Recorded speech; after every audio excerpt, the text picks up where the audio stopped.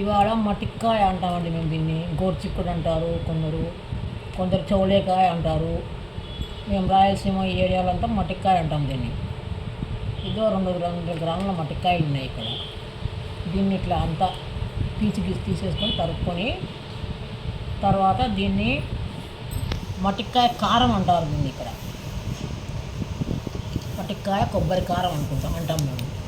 దానికి కావాల్సిన పదార్థాలు: మటిక్కాయలు, పచ్చిమిర్చి, ఉల్లిపాయలు, ఆయిలు, కరివేపాకు, కొబ్బరి, తిరగవతకు ఆవాలు, జీలకర్ర, ఉప్పు, పసుపు. దీనికి కావాల్సిన పదార్థాలు ఇవి. దీనిలను ఎట్లా చేయాలో చూపిస్తాను.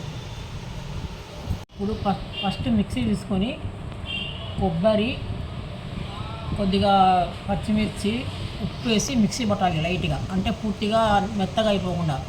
తర్వాత ఉల్లిపాయలు, మటిక్కాయలు వేసి కొంచెం బరకబరకగా మిక్సీ పట్టుకోవాలి. తర్వాత తిరువాతకు నూనె వేసేసి అందులో ఆవాలు, జీలకర్ర, ఉప్పు అన్నీ వేసేసి దాంట్లో ఇప్పుడు మనం మిక్సీ చేసిన పౌడర్, మిక్సీ చేసిన ఈ మటిక్కాయలు అది దాంట్లో వేసి ప్రశాంతంగా నిదానంగా వేయించుకోవాలి ఒక అరగంట. అప్పుడు మటిక్కాయ కారం లేదంటే చౌలేకాయ కారం ఏదన్నా అనుకోండి, మీరు ఏ భాషలో ఏదో మాట్లాడుతూ అది తయారవుతుంది. కొబ్బరి, పచ్చిమిర్చి, ఉప్పు మిక్సీ పడుతున్నాం. అప్పుడు ఉల్లిపాయలు వేద్దామండి. ఉల్లిపాయలు, గోరుచిక్కుళ్ళు వేద్దాం.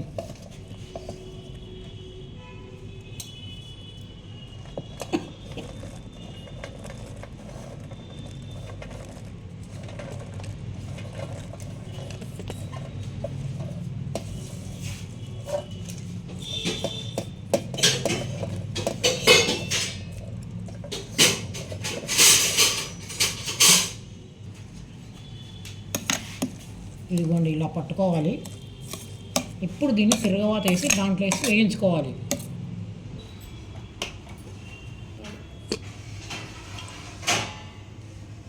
కొద్దిగా నూనె కొద్దిగా ఎక్కువ ఉంటేనే బాగుంటుందండి.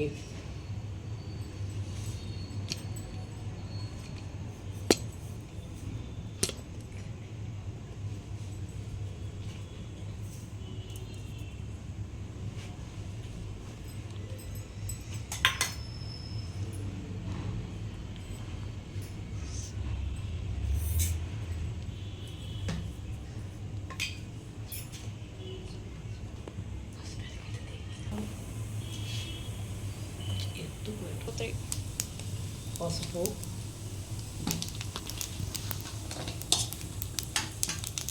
ఆవాలు చిటపట్లాడి వేగిన తర్వాత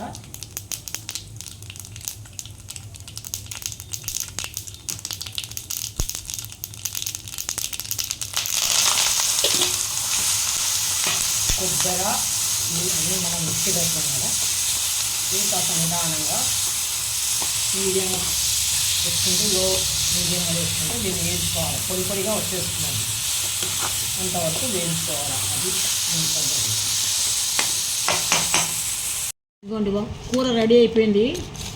ఈ కూర అన్నం, చపాతీ, జొన్న రొట్టె ఇవన్నిటికైనా బాగుంటుంది. కావాలంటే ఒకసారి చేసుకొని చూడండి. ఇప్పుడు